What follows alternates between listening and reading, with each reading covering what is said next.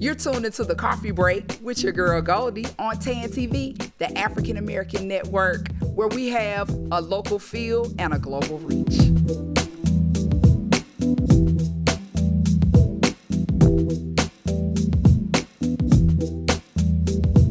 And welcome back to the Coffee Break with your girl Goldie. Today we have Dr. Travis Bates. Hey, how are you? Good. I said his name so wrong. We're going to have to say that again. I'm sorry. We're going to start over. I said Bates, and he just told me Bats. Told you Bats. Vampire Bats. Oh, It's all good. Sorry. It's a win. 4, 3, 2. Welcome back to the Coffee Break with your girl Goldie. And today we have Dr. Travis Bates. Hey, Dr. Bates, how are you? How are you doing? Good, how are you doing? good. Love the energy. You know what? I was so excited to learn that you are actually from North Carolina, my home state. Yes. And we both Tar Heels. Tar Heels in the building. In the building. You see the color, I right? see you over there rapping. I see you. Dr. Bates, tell me a little bit about yourself. You are a cardiologist here in San Antonio, and you are doing your thing. What are some of the platforms that you're working on right now and different things that you're doing in the community? So again, first off, thank you for the opportunity to be here. And the big thing is just helping people be better versions of themselves. And when I say that, I'm working on me too. This isn't just a unilateral thing that we're moving. So ultimately, it's about helping people take back lifestyle. So whether it's in the cardiovascular space, in the fitness space, in the nutrition space, those are all things that we have the ability to favorably change and augment without any assistance, right? We might need a little guidance, a little roadmap or something like that, but for the most part, it's how we navigate our lives through lifestyle. And we talked a little bit on break about wellness and mindfulness, which is something I think that's ever growing in the African American community and communities as a whole when we think about the direction that we're going. Dr. Bates, I feel like your job is so hard because you're a cardiologist and like people in general don't really want to change their lifestyle.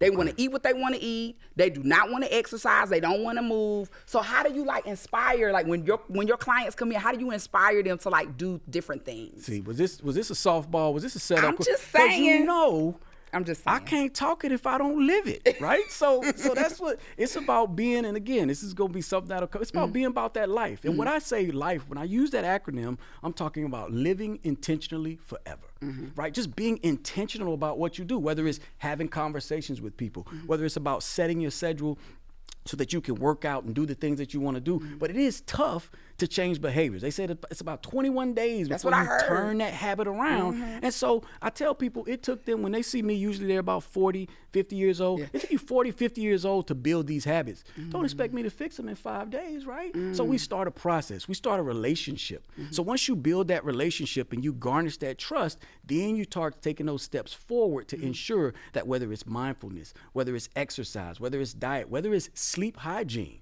right? We all got to get that time to repair. Whether it's taking those steps to really develop those strategies, that's what we do. Now, at the same time, I'm still fixing hearts. And I can tell you, cardiologists, this is a plug for all those people watching, young, old, that want to be cardiologists. Trust me, it is probably the single most rewarding profession. It's not too hard because there's only 3 things that really could go wrong with the heart. Squeeze function, right? So structure. Rhythm, right? So the electrical component, and then just your arteries. That's it. That's all I have to worry about. I don't have to worry about the electrolytes and all that. That's it. It's cardiology. It's beautiful. I mean, what you do is so near and dear to me because my dad had cardiovascular disease. And so I watched him as I was growing up have a lot of heart problems. He began to have strokes. And he was searching for like ways to be healthier, things to do, what to eat. So what do you think is probably one of the like biggest things that hurts African American people? You know, I get that question. You would think I would be prepared every time that question comes because it's what affects the African American community. Because I heard it's, like, honestly, I heard it's dairy. I heard dairy is like one of the biggest things that we should not do.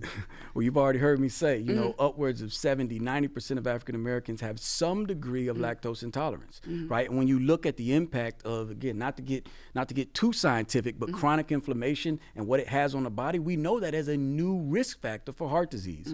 But if you were to say, Dr. Bates, you know, could you narrow it down to one thing? Again, lifestyle. Yeah. It is how we live. The things that we hold on to, whether it's the fried food. We know the Southern diet, right? Southern diet. There was a study done at the University of Alabama, Birmingham, where they looked at the Southern diet. 50% increase in, again, renal disease, a 30% increase in heart attack, another 30% or so increase in stroke, just by what you eat and what you put into your body. So let me just ask, how often can I have macaroni and cheese and ribs and barbecue chicken and cake? Because I love cake. Like, how often can I have this stuff? Well, again, remember, my approach, and I know all those things sound Biscuits good. and gravy, I'm just saying. Okay, you just yelling them out now. You just your biscuits, fried. You didn't even put a food. You just said fried. Well, no, I think it's a strategy of adjustments, right? Because what I say is the absence of meat isn't the presence of health, right? You could, rock with Oreos if you want to. That's vegan, right? To some degree, I guess. But I want you to eat real food. And so what I do with my patients, I have a program. It's called SFCC, super simple, size, frequency, composition, choice. The first thing I do is we focus 12 weeks on portion size. Well, 3 weeks on portion size, just learning how much you can eat and how to partition your calories. The second one is, again, frequency. Whether you do intermittent fasting, I want you to be intentional about when you eat. It's timing those meals so that you get the most out of what you eat. Frequency, composition, changing that plate. More fresh fruits and vegetables. You can still keep the meat that you like in the starch, but overall, I want you to add more vegetables. And then finally, choice. This is the hardest one. Right. This is where when you choose to bake that chicken. This is when you choose to use a low-fat option when you make that mac and cheese. And then sometimes maybe even say, you know what, let me try some vegan options. Let me try some different things. And that's when you make those choices. And over those 12 weeks, what I ask them to do is every Monday, just Google your favorite recipe and put vegetarian, vegan, or low-fat in front of it. So at the end of 12 weeks, you're empowered with 12 recipes plus strategies to improve size, frequency, composition, and choice. Mic drop. There we go. You a bad man. You a bad man. That's what we talking about. Okay. Now I watched some of your videos about your ideas about COVID. And some of the questions that people have. I mean, I've had some of these questions about like, well, how did they come up with this vaccine so fast? And is it safe? Because it came out just like that, and they were trying to force us to, take it. So what are some of your ideas about that? So again, the COVID-19 virus, I think, has done a couple of things. What it's done, it allowed us to reimagine healthcare. And you say, is that a good thing? Well, I think it is to some degree. Because what it's allowed us to do is to really take healthcare to a place where now access through a virtual space is something that is real. We didn't think that to be something in our future. Now, what it's also done is it's forced us to look at things that we saw as risk factors, but we didn't really push, right? Obesity.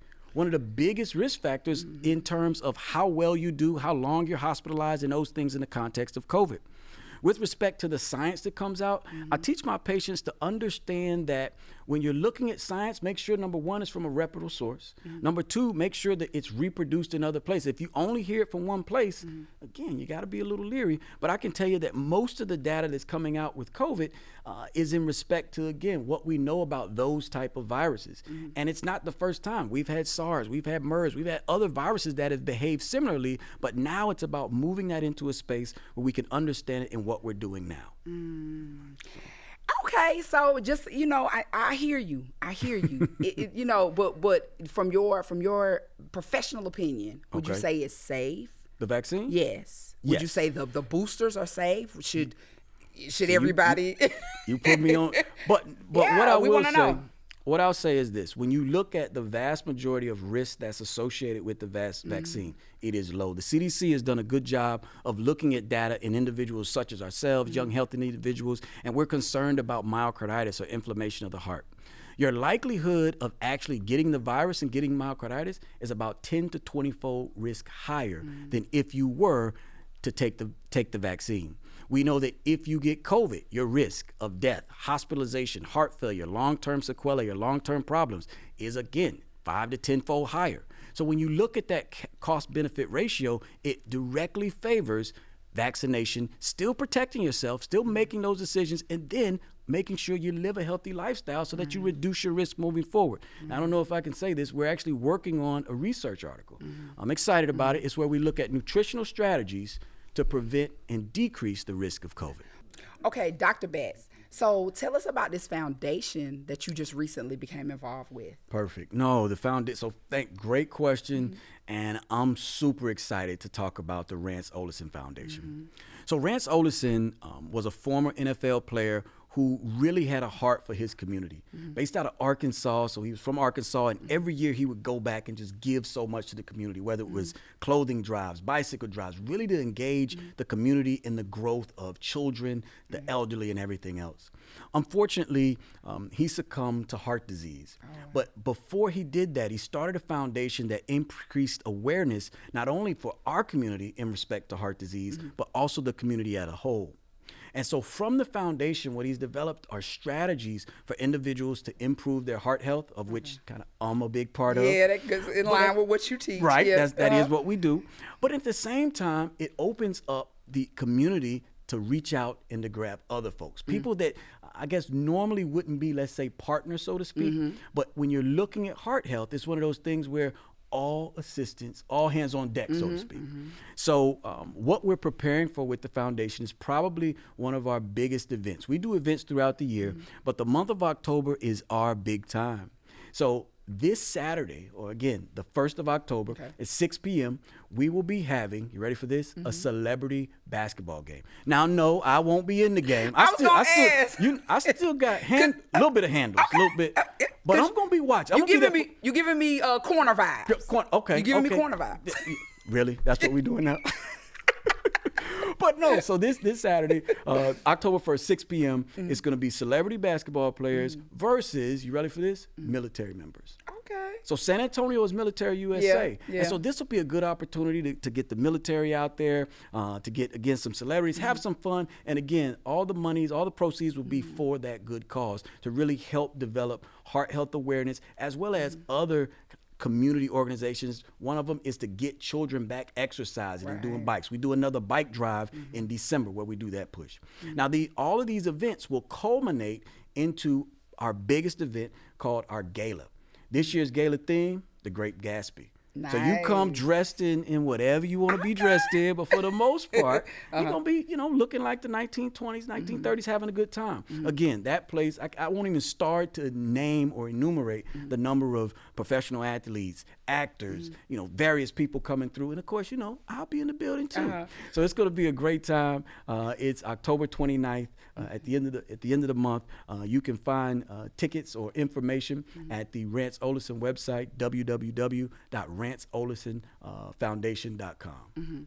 So if there's somebody that's got some ball skills, they want to get in on the basketball game. Okay. Can they still get in on it, or is that closed? They still can get in if they got some game. Now that's the thing. We don't want you coming out there working and practicing, and we see you stretching. Yeah, it's okay, but you got to be able to. It's gonna be some hoopers out there. For real, it's gonna be some hoopers. So if they want to reach out, they can use that same website again, www.ranceolisonfoundation.com, and identify themselves. Let us know, and we're always looking for individual partners if they just want to come out and watch the game and have a good time. Right. So people can just, in the general public, can just come and watch the game and support. Definitely. Come and watch the game and support.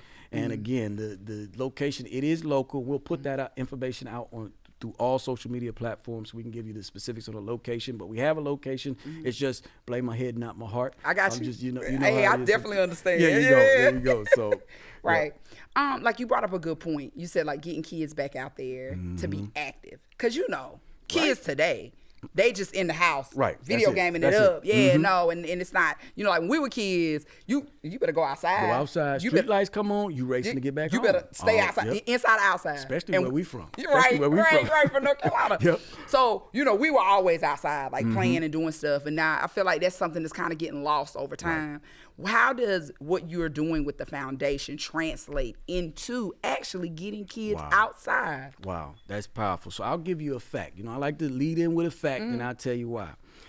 So did you know one of the fastest growing groups of individuals with obesity, kind of earlier disease states, is African American youth? When you think about now, again, I know you got a medical background. I know that. A little bit. Remember, we used to call diabetes adult onset. Right? Remember, we used to call it that. Why did we stop? Because now it's not occurring in adults. Right. in right? children. In It's children. happening in children. The youngest person diagnosed with diabetes was somebody under the age of 5 years old. Guess what? Right down the road in Houston, Texas. Wow.